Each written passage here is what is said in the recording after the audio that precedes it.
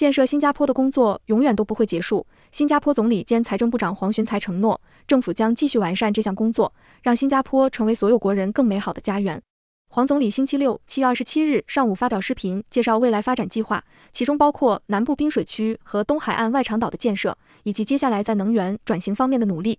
他回忆自己1970年代居住和成长的马林百列祖屋区，并提到新加坡如何将许多信念转为真实，包括成为区域航空枢纽、打造世界领先的海事运输中心，以及建设四通八达的宜居城市，如今依然在这些方面不断地拓展。这是人们的信念如何实现的故事。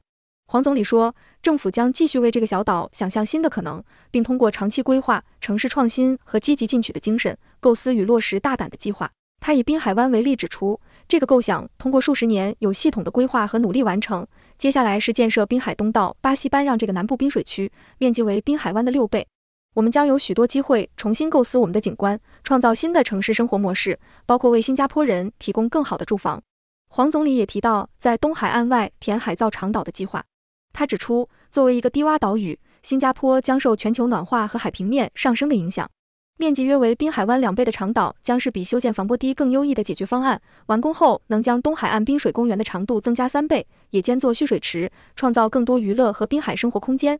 另一存亡危机则是能源，新加坡在实现电力供应和绿色能源方面将面临巨大困难，这可能对经济产生重大影响。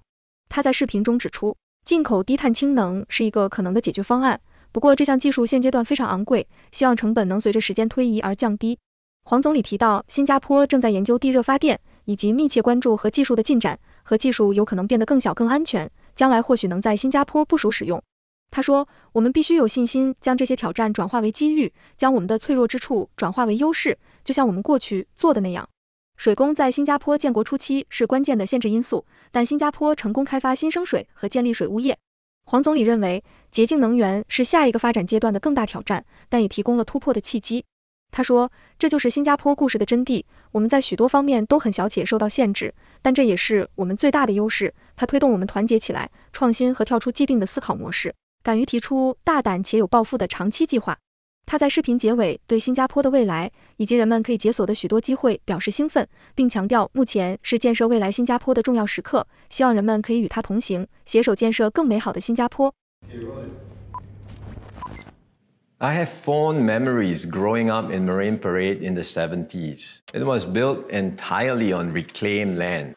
At that time, some people were worried that it would not be safe and the land would sink. But my parents were unfazed. They were just proud to have their chance to own their own HDB flat. It was a time of new beginnings for all who moved into the estate. And many came from the kampongs, like my mother, who had lived at Kampong Ember previously.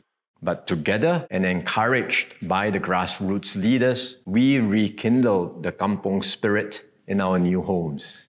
This story of Marine Parade is really the story of all of Singapore. It is a story of acts of faith turned into reality. We believed we could become a regional air hub. Changi Airport began its first commercial operations in 1981. Now we have Jewel, and soon we will have Changi T5. We believed we could be the world's leading maritime hub. We started our first container terminal in Tanjong Pagar before containerization took off. Today, we are building the Tuas Port, which will become the world's largest fully automated container terminal when completed. We believed that we could make our little island connected and livable. We opened the first stretch of MRT stations in 1987. Now, we have an extensive rail network, and we are continuing to build more stations so that most of us will live within a 10-minute walk to a train station. As Singapore matures, some wonder if we will be able to go further. They ask, have we reached our limits? Let me assure you, we are never done building Singapore. We will continue to improve and make Singapore a better home for all of us. We will continue to dream up new possibilities for our little island. With long-term planning, urban innovation, and a can-do spirit, we can imagine and implement bold plans. Look at Marina Bay today. The idea for it started way back in the 60s. And we got here only after decades of systematic planning and hard work. But we are not done yet. We have space from Marina East all the way to Pasir Panjang. We call this the Greater Southern Waterfront. And it is 6 times the size of Marina Bay. So we will have many possibilities to reimagine our landscape and create new versions of city living, including better homes for Singaporeans. No doubt, there are also major challenges ahead. As a low-lying island, we will be impacted by global warming and rising sea levels. As a clean energy disadvantaged country, we will face considerable difficulties greening our power supply, which in turn can have a significant impact on our economy. These are existential threats, but we must have the confidence to turn these challenges into opportunities and our vulnerabilities into strengths, as we have done in the past. We have already started to prepare ourselves against rising sea levels. One project is the Long Island, to be built off the coast of East Coast Park. For years, we have studied many ways to shore up our defense against rising sea levels, especially along beaches where we are most vulnerable. The most direct way would be to build a 3-meter seawall along the entire waterfront. But doing this will limit Singaporeans' access to the waterfront along East Coast Park. So we studied further and assessed that Long Island was a more optimal solution. The reclaimed Long Island would be about twice the size of Marina Bay, tripling the length of waterfront parks in the East Coast. And in this way, the Long Island will not just serve as a critical coastal defense, but can also double up as a freshwater reservoir and create even more space for recreation and waterfront living. It will take decades of work to develop the Long Island, including public consultation as well as extensive environmental and engineering studies. This is why we are starting now, even though the benefits will not be felt until years or even decades later. We are also redoubling efforts to decarbonize our power supply.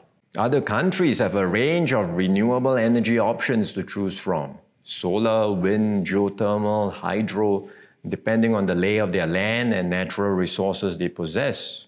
We have solar power in Singapore, but because of our limited land, we are unable to deploy it at scale. And that's why we are actively exploring other solutions. One option is to import low-carbon hydrogen. At this stage, it's still very expensive, but we hope the cost will come down over time. We are studying the possibilities for geothermal power. After all, we already have a Sembawang hot spring.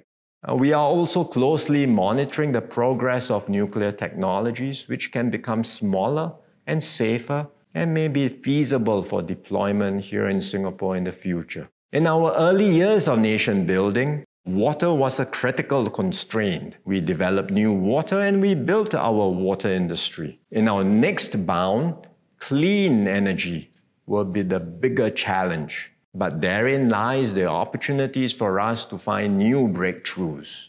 That is what the Singapore story is all about. We are tiny and constrained in so many ways, but that is also our biggest advantage. It pushes us to come together as one people, to innovate and to think out of the box, to be audacious and ambitious and come up with bold, long-term plans. Singapore today is at a crossroads. We are entering a new phase. It excites me to imagine what the future holds for us and the many opportunities we can unlock.